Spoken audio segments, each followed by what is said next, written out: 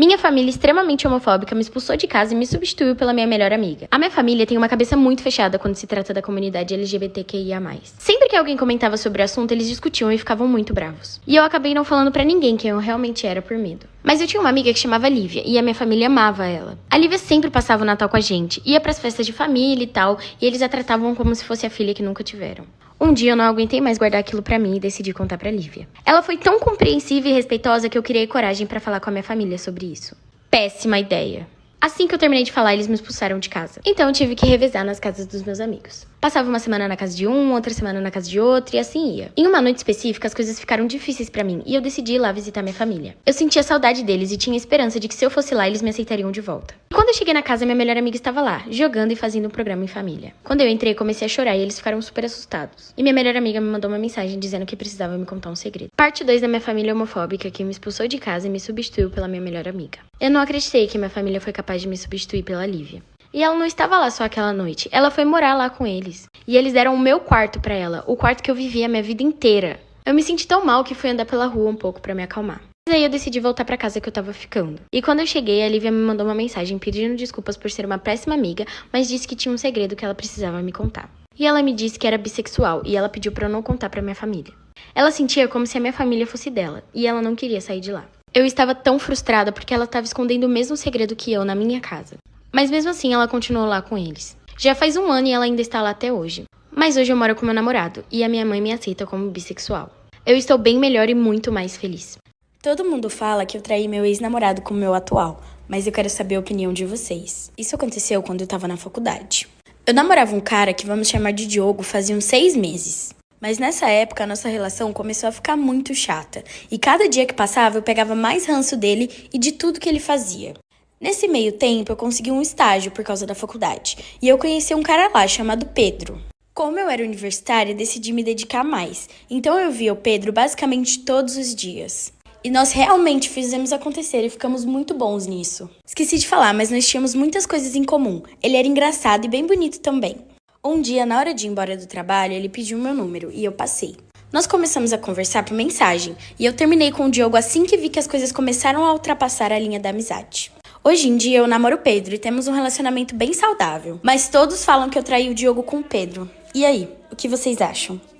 História do dia que a minha melhor amiga raspou minha sobrancelha enquanto eu estava dormindo, então eu raspei a cabeça dela. Isso aconteceu quando eu tinha 14 anos. Eu e minhas amigas fizemos uma noite do pijama. E antes da gente dormir, estávamos falando sobre uma trend do TikTok que estava muito famosa. Nessa trend, as garotas raspavam as sobrancelhas dos seus namorados enquanto eles estavam dormindo. Eu não achei que isso tivesse passado pela cabeça das meninas, então eu fui dormir. Eu deveria ter pensado que isso poderia acontecer porque eu sempre sou o alvo das trollagens. Sou sempre a escolhida pra ser zoada. Uma vez, a minha amiga falou que viu na internet que se você lixar seus dentes com lixa de unha, eles ficam mais brancos. E quem elas escolheram pra testar se era verdade?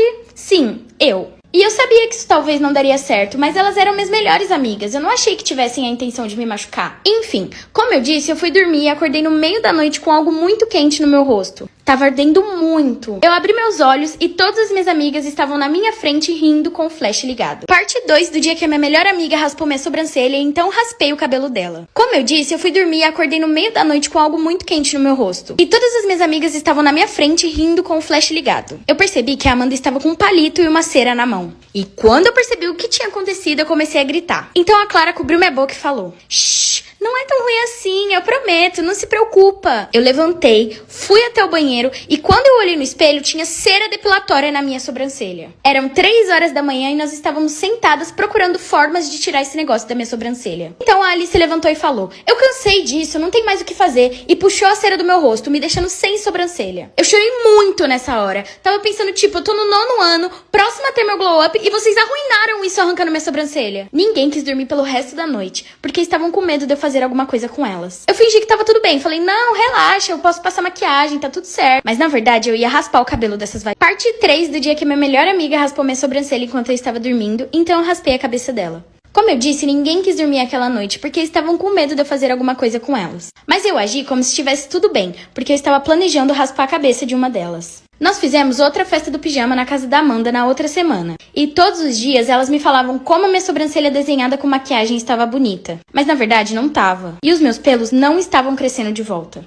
Então, por volta das 11 horas, todas começaram a se preparar pra dormir. Eu fingi que tinha dormido primeiro, e as meninas realmente acreditaram que eu estava dormindo, porque até falaram mal de mim na cama da Amanda. Eu não sabia de quem rasparia o cabelo, porque uma tinha passado a cera depilatória e a outra tinha puxado. Elas estavam falando, ela tá dormindo, não acho que ela vai fazer alguma coisa. Então, por volta das 4 da manhã, quando todo mundo estava dormindo, eu acordei. E a Amanda tinha uma maquininha de barbear em seu banheiro. Ela estava dormindo de rabo de cavalo, então foi bem fácil. Eu simplesmente peguei a maquininha no banheiro e raspei o cabelo dela.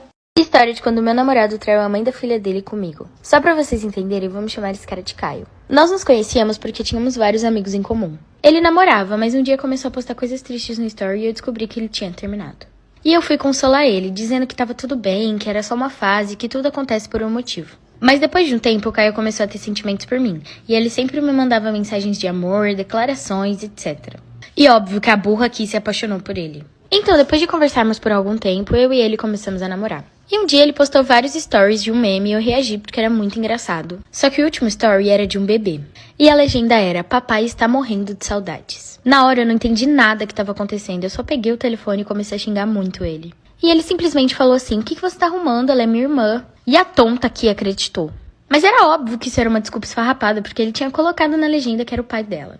E vocês não sabem o que acontece agora. Parte 2 de como eu descobri que meu namorado estava traindo a mãe da filha dele comigo. Então, como eu disse, quando eu perguntei pra ele o que era aquilo, ele disse que era a foto da irmã dele. Agora, por que ele escreveu papai, eu não sei. Mas no dia seguinte, ele me ligou e pediu desculpa por tudo. E aí ele criou outra conta e começou a falar comigo por essa. E ele me bloqueou na conta antiga dele. Só que antes dele me bloquear, eu vi que ele tinha postado uma foto com a mãe da filha dele. Aí foi demais pra mim. Eu terminei com ele e falei um monte. E ele apenas me bloqueou e viveu como se nada tivesse acontecido. Então eu comecei a namorar outro cara. E eu comentei em todas as fotos dele com ela que eu tinha certeza que ela não era a única mulher que ele ficava. E ela ainda teve a coragem de responder todos os meus comentários falando que eu era louca, que eu não sabia de nada. Então eu mandei pra ela todos os prints de tudo que tinha acontecido. E ela disse que eu só queria estragar o relacionamento dela e que se ela me encontrasse na rua ela iria me bater.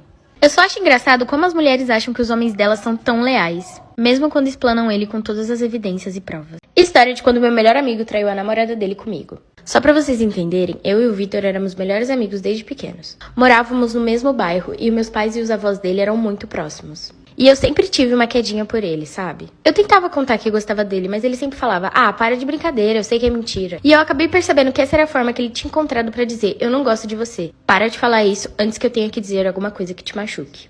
Então, quando a gente tava no ensino médio, ele namorava as garotas por 2 dias. E depois não queria mais saber delas. E ele não queria ter nada comigo, porque eu era meio estranha até o 2º ano do ensino médio. Eu respeitava e apoiava todos os relacionamentos dele, mesmo que durasse 2 dias. Mas mesmo assim, sempre que ele começava a namorar, ele me bloqueava. Nem parecia que éramos amigos desde os 4 anos de idade. Mas depois do meu 2º ano, eu tive um glow up. E todos os caras me chamavam pra sair, falavam que gostavam de mim, coisa e tal. Aí ele terminou e me desbloqueou em tudo.